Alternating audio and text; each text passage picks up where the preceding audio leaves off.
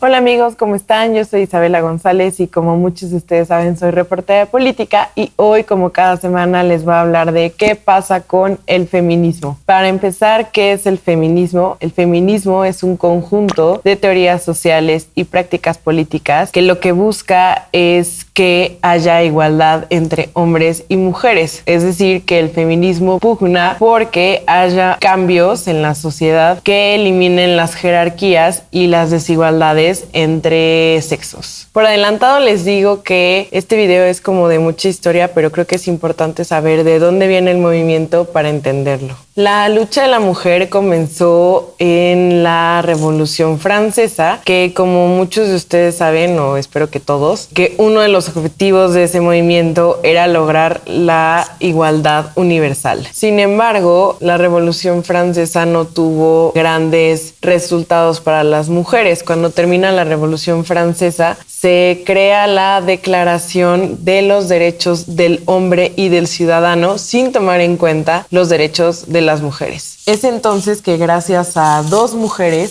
se da inicio a lo que se le conoce como la primera ola del feminismo. Una de ellas es Olympe de Gouges, que retomó el texto de la Declaración de los Derechos del Hombre y del Ciudadano y lo convirtió en la Declaración de los Derechos de la Mujer y la Ciudadana. La segunda mujer es Mary Wollstonecraft, quien escribió la Vindicación de los Derechos de la Mujer, que es el texto que fundó el feminismo. Ante esto se llevó a cabo una represión muy dura contra las mujeres. Por ejemplo, a Olympe de Gouges la ejecutaron en la guillotina. Después de esto comienza la segunda ola del feminismo, que es la lucha de las mujeres por el derecho al voto. La lucha por el voto se llevó a cabo en dos países casi al mismo tiempo, en Estados Unidos y en Gran Bretaña. En Estados Unidos, en 1848, se llevó a cabo el primer congreso en una iglesia de Seneca Falls para reclamar los derechos civiles de las mujeres. El congreso fue convocado por Elizabeth Cady Stanton. Al finalizar la Guerra Civil en Estados Unidos, en 1865, se reconoció el derecho al voto de los esclavos, pero no de las mujeres, lo que ocasionó un periodo de duras luchas. Fue hasta 1920 que, con la enmienda número 19 de la Constitución, se reconoció el derecho al voto sin importar el sexo. Emmeline Pankhurst creó la Unión Social y Política de las Mujeres, con la que organizó actos de sabotaje y manifestaciones violentas con las que buscaba la unión de las mujeres sin importar sus clases sociales. 10 años después de la creación de la Unión, la organización fue declarada ilegal y sus integrantes fueron perseguidas y encarceladas. Entonces comenzó la Primera Guerra Mundial y ante la falta de trabajadores hombres, el gobierno perdonó a las integrantes de la Unión Social y Política de las Mujeres y les pidió que reclutaran a las mujeres para sustituir la mano de obra de los hombres. Antes de que terminara la Primera Guerra Mundial, el gobierno concedió el derecho al voto a las mujeres en 1918, pero solo a las mujeres mayores de 30 años. Al terminar la Primera Guerra Mundial, poco a poco, distintos gobiernos de los países europeos fueron permitiendo el derecho al voto a las mujeres. En 1949, en Francia, surge la tercera ola del feminismo con la filósofa Simone de Beauvoir. Ella escribió un libro que se llama El Segundo Sexo, en el que dice que no es cierto que a las mujeres se les defina por su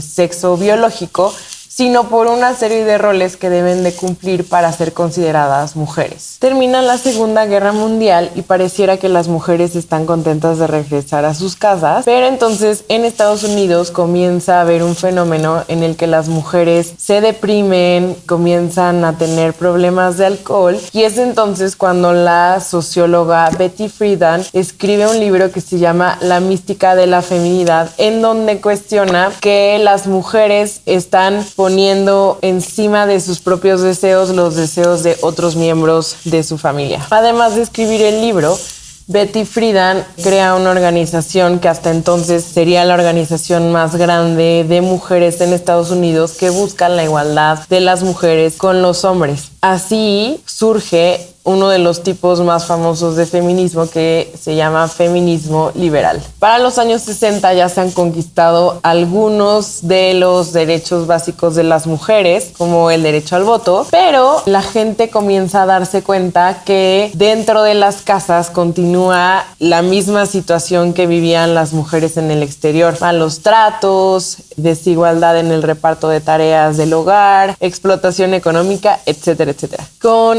estos pensamientos surge otro tipo de feminismo que también es uno de los más conocidos, que es el feminismo radical. Y radical no por otra cosa, sino porque ellas piensan que para que haya igualdad entre los hombres y las mujeres, el problema tiene que arrancarse de raíz y el problema es el patriarcado. ¿Qué es el patriarcado? El patriarcado es el sistema de dominación de los hombres por encima de las mujeres en todos los ámbitos. A partir del siglo XX comienzan a surgir más tipos todavía de feminismo que lo que buscan es atender las necesidades de todos los tipos de modelos de mujeres. A pesar de todos estos años de lucha, en pleno 2020 no se ha consolidado la igualdad entre los hombres y las mujeres, pues sigue existiendo violencia de género, hay una brecha salarial enorme entre los hombres y las mujeres. Ya que hemos hablado un poco de la historia del feminismo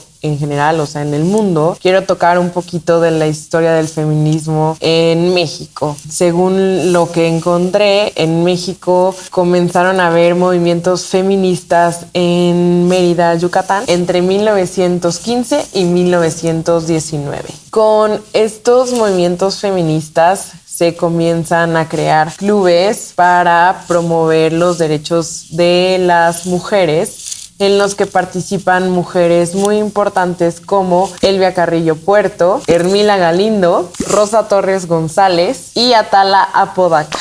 Otro acontecimiento importante en la historia del feminismo en México fue con el terremoto de 1985 aquí en la Ciudad de México, cuando las mujeres se organizaron en un comité de solidaridad para ayudar a las costureras que fueron muy afectadas por el terremoto. En la historia del feminismo en México ha habido al menos 3 intentos de que se unan los distintos movimientos feministas en el país, que no se ha concretado. Pero lo importante del feminismo en México es hoy. Nunca se había visto tanta fuerza en los movimientos feministas en el país, al grado de que se les considera a las feministas el único grupo real de oposición al gobierno del presidente Andrés Manuel López Obrador.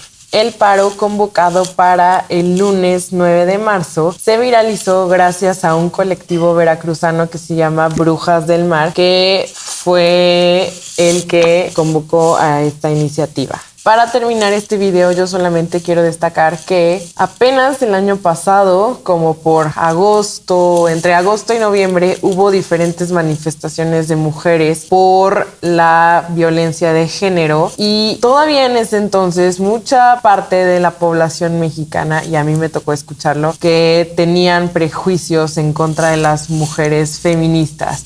Son unas feminazis, ya rayaron el ángel de la independencia, son muy violentas, etcétera, etcétera. Y este año, que han cobrado mucha fuerza, porque insisto, tanto que se les ha considerado como la única oposición al gobierno del presidente López Obrador, entonces ahora sí hay mucho apoyo de casi toda la población mexicana. Se los digo no como crítica, sino para que entre todos reflexionemos qué está pasando en el país con la violencia contra las mujeres y con la desigualdad entre hombres y mujeres, que es real. Y también, pues, para que no se quede solamente en el lunes 9 de marzo, sino que a partir de ese día, pues, comencemos a erradicar esas dos cosas que son graves. Muchísimas gracias por escucharme como siempre. No olviden dejar sus dudas y comentarios aquí abajo, darle like a este video y, lo más importante, compartirlo. Muchas gracias de nuevo.